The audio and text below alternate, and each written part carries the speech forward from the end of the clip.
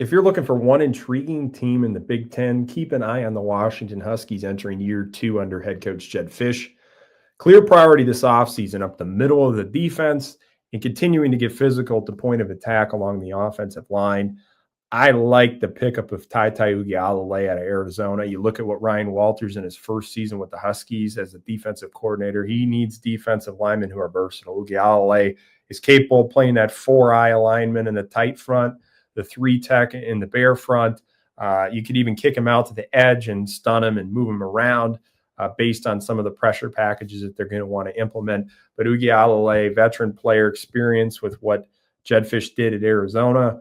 I like the ad a lot. Antonio Thompson, a defensive lineman out of Western Michigan, productive player there. Simona Peppa gives them a little bit of a nose tackle dimension. And then you look at what they had coming back. I mean, Isaiah Ward, an ascending young pass rusher. Russell Davis, who was bit by the injury bug a little bit.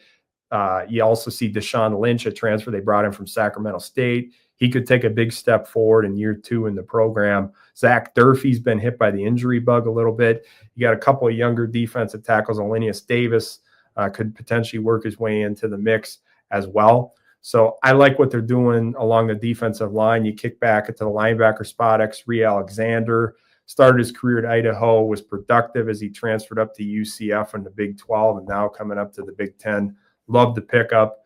Plus, Tariq Alukta, productive player at Washington State, starting experience.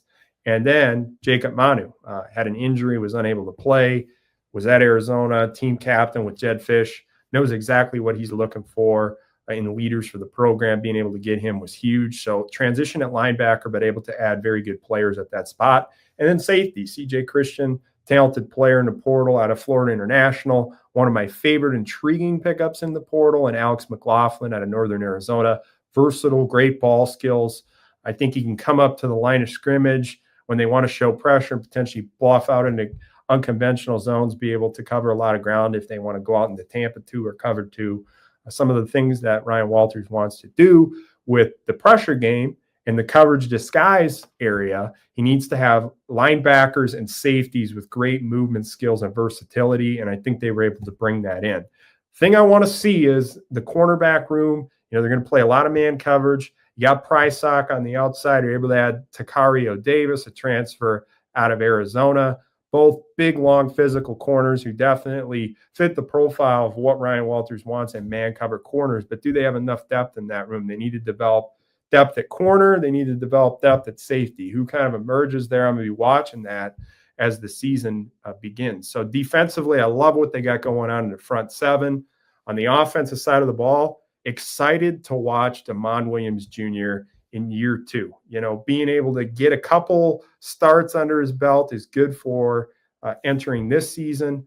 Electric with the ball in his hands. You look at what he can do in the quarterback run game, the elements that can be added to the system there. I'm excited to see what Fish does schematically. You know, in the passing game, Fish is one of the best at, you know, mixing up formations, mixing up personnel groupings, creating leverage in the pass game through motion and getting guys good matchups through that.